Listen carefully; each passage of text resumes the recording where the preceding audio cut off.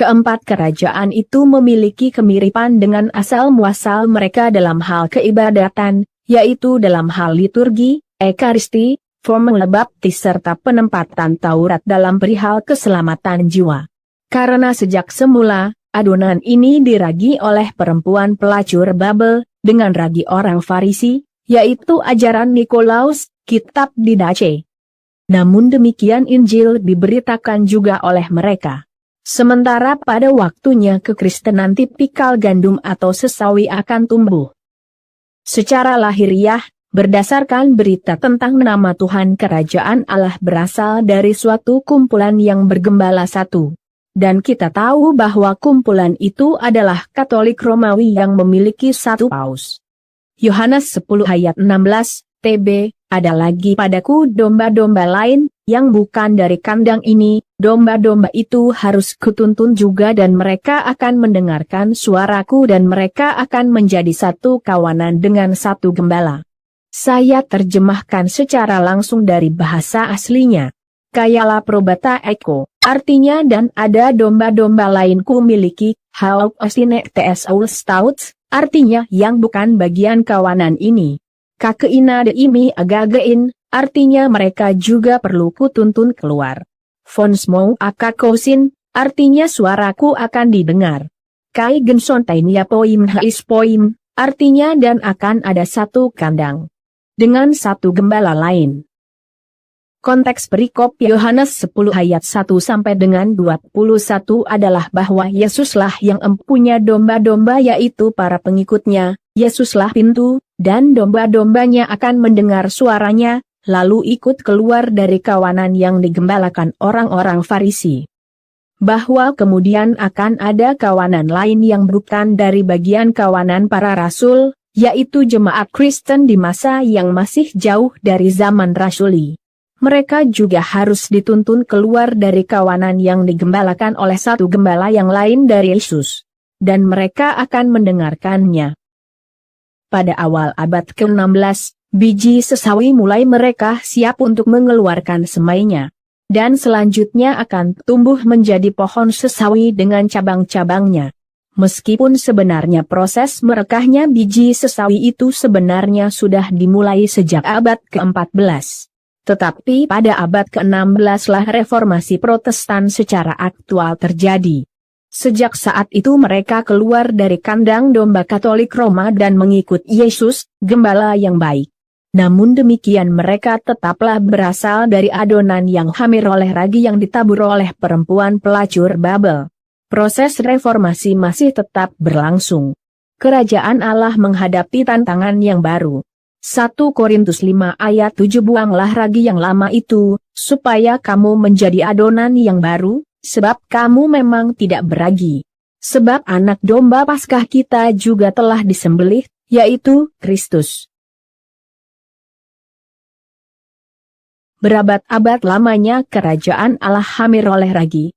Bukan cuma ragi orang Farisi, juga ragi orang Saduki, ajaran Bileam, bahkan filosofi Plato pun ikut mewarnai pengajaran kekristenan. Mulai dari ajaran tentang keselamatan, dosa, baptisan, kedatangan Yesus yang kedua, keesaan Allah, konsep surga neraka bahkan tentang roh. Umat Protestan diperhadapkan pada suatu perlombaan untuk membuang ragi lama dari tubuh Kristus. Mempersiapkan mempelai Kristus yang suci dan perawan. Karena inilah perlombaan, Protestan memang terdiri atas banyak cabang yang disebut denominasi. Dan apabila mempelai telah siap, Sang Raja Kemuliaan akan datang menjemputnya. Mazmur 24 ayat 9, TB, angkatlah kepalamu, hai pintu-pintu gebang, dan terangkatlah kamu, hai pintu-pintu yang berabad-abad, supaya masuk Raja Kemuliaan. Ibrani 12, 1, TB, karena kita mempunyai banyak saksi, bagaikan awan yang mengelilingi kita, marilah kita menanggalkan semua beban dan dosa yang begitu merintangi kita, dan berlomba dengan tekun dalam perlombaan yang diwajibkan bagi kita. Protestan adalah akronim dari Protestamentum. Merupakan suatu peribahasa yang merujuk pada para pelayan perjanjian, 2 Korintus 3 ayat 6, TB, ialah membuat kami juga sanggup menjadi pelayan-pelayan dari suatu perjanjian baru, yang tidak terdiri dari hukum yang tertulis, tetapi dari roh, sebab hukum yang tertulis mematikan, tetapi roh menghidupkan. Pihak Katolik Roma kerap mempropagandakan bahwa Protestan adalah kaum tukang protes, dan menghubung-hubungkan definisi Protestan dengan surat protes Martin Luther. Hal ini jelas tidak benar, sebab tidak ada satu pun bahasa di dunia yang memiliki kosakata pemrotes yakni Protestan. Dan gerakan reformasi Protestan sudah ada puluhan bahkan ratusan tahun sebelum Luther. Menurut kronologisnya, Protestan dibagi menjadi 5 era, yaitu 1. Pra-reformasi, antara lain, Albigensis, Hussite, Lollard, Waldensis. 2. Reformasi, antara lain, Anabaptis, Anglikan, Calvinis, Lutheran, Reform, Socinianisme, Zwinglianisme. 3. Pasca reformasi, antara lain, Amis, Baptis, Kongregasional, Menonit, Metodis, Pietisme, Presbyterian, Puritan, Universalis. 4. Kebangunan besar, antara lain, Injili, Pentakosta, Revivalis. 5. Restorasionis, antara lain, Gerakan Restorasi, Advent. Meskipun doktrin dari denominasi-denominasi Protestan jauh dari seragam, ada beberapa keyakinan yang tersebar pada Protestantisme yaitu doktrin sola gratia, sola fide, dan sola scriptura. Sola gratia berpegang bahwa keselamatan merupakan anugerah dari Tuhan. Manusia tidak dapat menyelamatkan dirinya sendiri. Sola fide berpegang bahwa keselamatan yang datang hanya melalui iman di dalam Yesus sebagai Kristus, bukan melalui perbuatan baik. Sola scriptura mempertahankan bahwa Alkitab, bukan tradisi gereja atau interpretasi gerejawi dari Alkitab, adalah sumber otoritas final untuk semua orang Kristen. Gereja-gereja Protestan umumnya menolak doktrin Katolik dan Ortodoks mengenai pewarisan apostolik dan pelayanan sakramental dari klerus. Kecuali yang ditemukan pada banyak negara, seperti di bagian selatan Eropa, yang berada di bawah pengaruh non-Katolik jauh sebelum reformasi. Disadari atau tidak oleh para reformer, sesungguhnya Roh Kudus telah menuntun mereka untuk membuang ragi yang lama, ajaran Nikolaus yang ada dalam kitab Didache. Yang pertama adalah tentang jalan kehidupan dan jalan kematian. Jika Didache mengajarkan hukum-hukum keselamatan dan kebinasaan yang syarat dengan hukum Taurat, reformasi menekankan doktrin sola fide dan sola gratia, dan terjadi secara serentak di berbagai belahan Eropa tanpa koordinasi. Selain itu, reformasi juga mengembalikan Ekaristi yang menurut Didache menjadi perjamuan kudus seperti yang diajarkan oleh Rasul Paulus. Pada zaman reformasi, ide untuk menolak baptisan terhadap bayi pun sudah mulai berkembang, namun karena dianggap tidak menyangkut keselamatan, doktrin baptisan orang percaya itu ditolak oleh Protestan arus utama. Arus utama mengeluarkan kitab-kitab yang tidak ilahi dari kanon kitab suci. Hanya kitab-kitab yang terdapat pada tanah Ibrani saja yang masuk ke dalamnya. Hal ini bukan berarti Protestan mengikut teks Masoret kaum Yudaisme, melainkan bahwa Protestan hanya memasukkan kitab-kitab dari Septuaginta yang juga terdapat pada tanah Ibrani.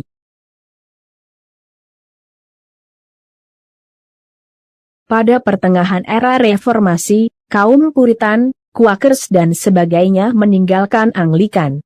Lalu di akhir era ini, terbentuk gereja baptis yang terdiri atas jemaat Anabaptis, Puritan dan Quakers.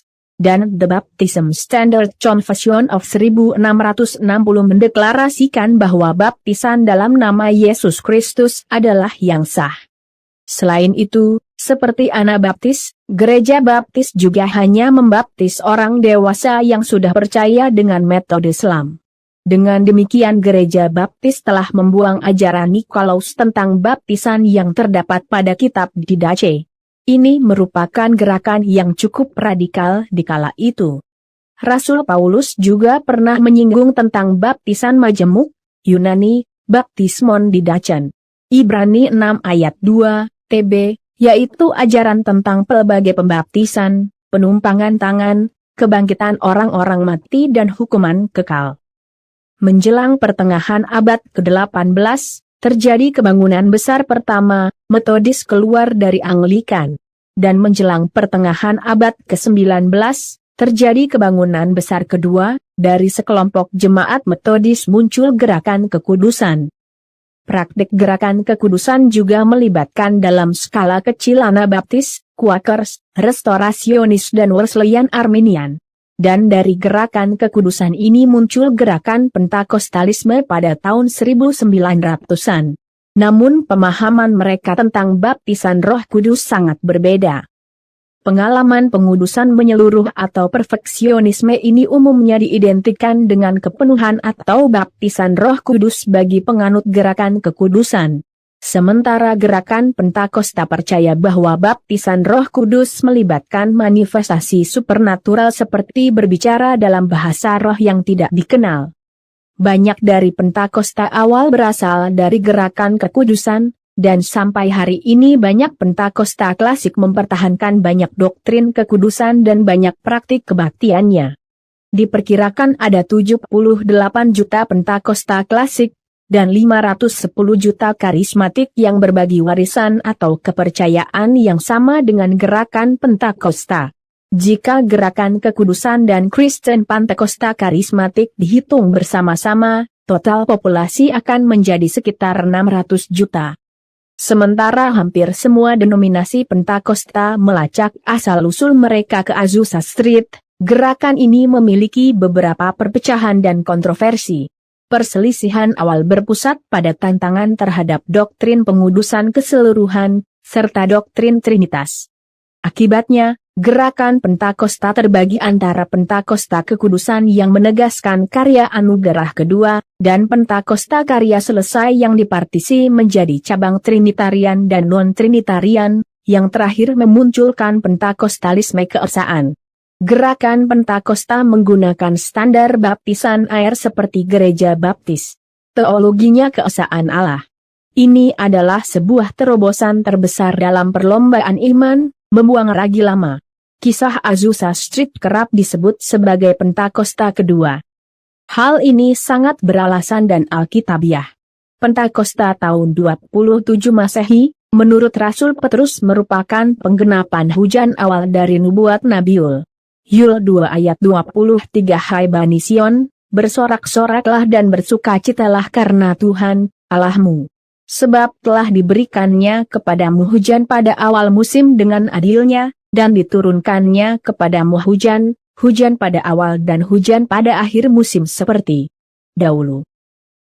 Yul 2 ayat 28, TB, kemudian daripada itu akan terjadi, bahwa aku akan mencurahkan rohku ke atas semua manusia, maka anak-anakmu laki-laki dan perempuan akan bernubuat, orang-orangmu yang tua akan mendapat mimpi, teruna-terunamu akan mendapat penglihatan-penglihatan. Kisah Para Rasul 2 ayat 16 dan 17, TB, tetapi itulah yang difirmankan Allah dengan perantaraan Nabiul, akan terjadi pada hari-hari terakhir, demikianlah firman Allah, bahwa aku akan mencurahkan rohku ke atas semua manusia, maka anak-anakmu laki-laki dan perempuan akan bernubuat, dan teruna-terunamu akan mendapat penglihatan-penglihatan, dan orang-orangmu yang tua akan mendapat mimpi. Kisah Para Rasul 2 ayat 21, 38, TB, dan barang siapa yang berseru kepada nama Tuhan akan diselamatkan.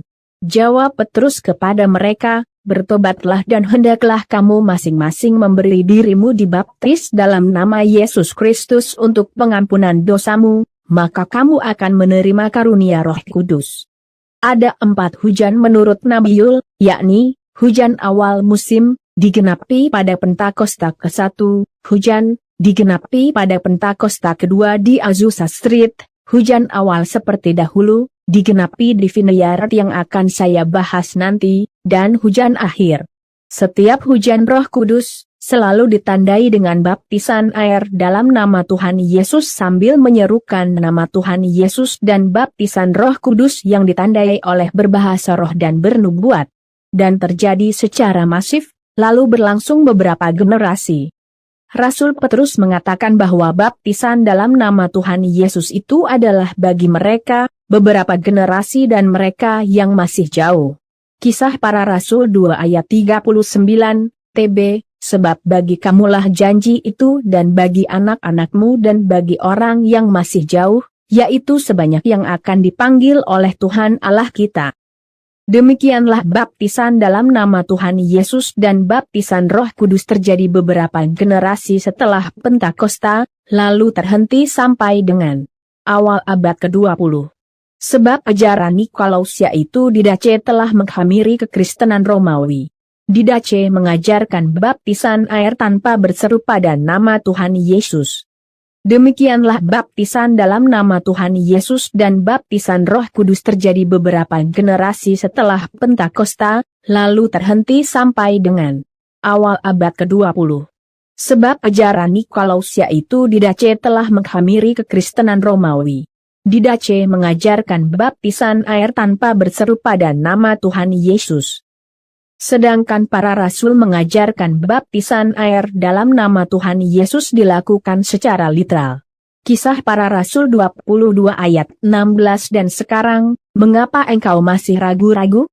Bangunlah, berilah dirimu dibaptis dan dosa-dosamu disucikan sambil berseru kepada nama Tuhan.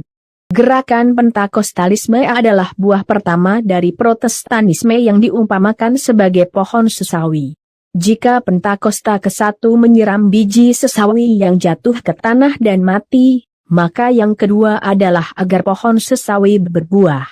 Sebelum tahun-tahun 1960-an, kebanyakan orang Kristen non-Pentakosta yang mengalami baptisan Pentakosta dalam Roh Kudus biasanya menyimpan pengalaman mereka sebagai rahasia pribadi atau bergabung dengan gereja Pentakosta sesudahnya.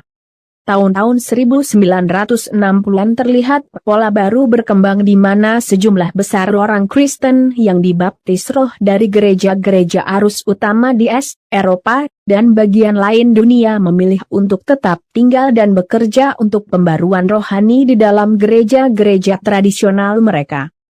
Ini awalnya dikenal sebagai Neopentakostalisme, berlawanan dengan Pentakostalisme klasik yang lebih tua, tetapi akhirnya dikenal sebagai gerakan karismatik. Di kalangan Anglikan, gerakan karismatik muncul pada tahun 1958, mencapai Lutheran dan Presbyterian pada tahun 1962. Di kalangan Katolik Roma, menyebar sekitar tahun 1967. Para Metodis terlibat dalam gerakan karismatik pada tahun-tahun 1970-an. C. Peter Faulkner menelusuri penyebaran gerakan karismatik dalam evangelikalisme hingga sekitar tahun 1985. Dia menyebut gerakan ini sebagai gelombang ketiga Roh Kudus. Gelombang ketiga telah mengekspresikan dirinya melalui pembentukan gereja-gereja dan organisasi-organisasi seperti denominasi.